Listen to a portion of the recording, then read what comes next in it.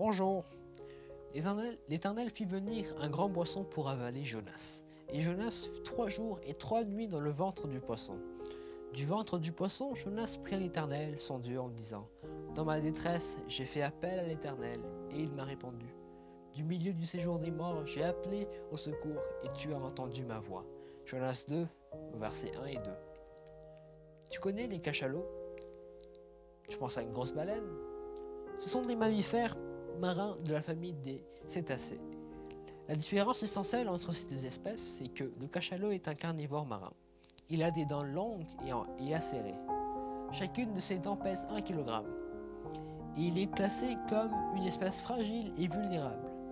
La baleine, elle, a de toutes petites dents et se nourrit que de plancton, c'est-à-dire d'algues et de petits organismes microscopiques. Le mot original dans l'histoire de Jonas, qui est traduit par grand poisson, est très général et peut être utilisé pour un poisson, une baleine ou un cachalot. En tout cas, quand Dieu parle aux animaux, ils obéissent. Imagine ce qu'ont découvert un matin de 2018 les habitants de Murcia en Espagne sur la plage, un jeune cachalot mal mort sur la plage. On a encerclé à savoir de quoi était mort cet animal de 6 tonnes et de 10 mètres de long. On a trouvé dans son estomac et son intestin plus de 29 kg de déchets plastiques, un amas de sacs plastiques, des pailles, des bouteilles, des filets de pêche et des bidons en plastique.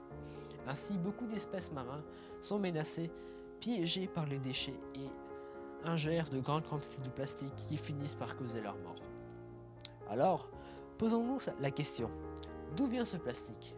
Par qui est-il fabriqué ce plastique? Qui peut jeter ce plastique dans l'eau? Dieu a créé le ciel, la terre et la mer dans laquelle Dieu a placé le 6e jour de la création les animaux marins. Alors comment protéger la vie de ces animaux? Victimes de la folie des inventions humaines. Chacun peut adopter des gestes simples. Cela demande un peu de temps, mais c'est finalement assez facile.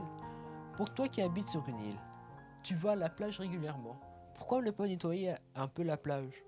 Il suffit de s'équiper de gants, ce qui est indispensable quand on ramasse parfois ces choses étranges, et de sacs poubelles. Une fois la tournée terminée, direction les bannes à recyclage, où l'on sépare le plastique, le bois ou encore le papier. Mais les gens qui habitent la ville doivent aussi faire attention à ne pas jeter le plastique n'importe où. Il faut le rassembler pour le jeter dans la benne de recyclage spéciale plastique. Voilà comment on peut devenir un jeune engagé à protéger la nature, mais aussi un jeune attentif à la cause de Dieu, qui souffre de voir sa création aussi abîmée. Extrait de Patricia Sablier. Bonne journée.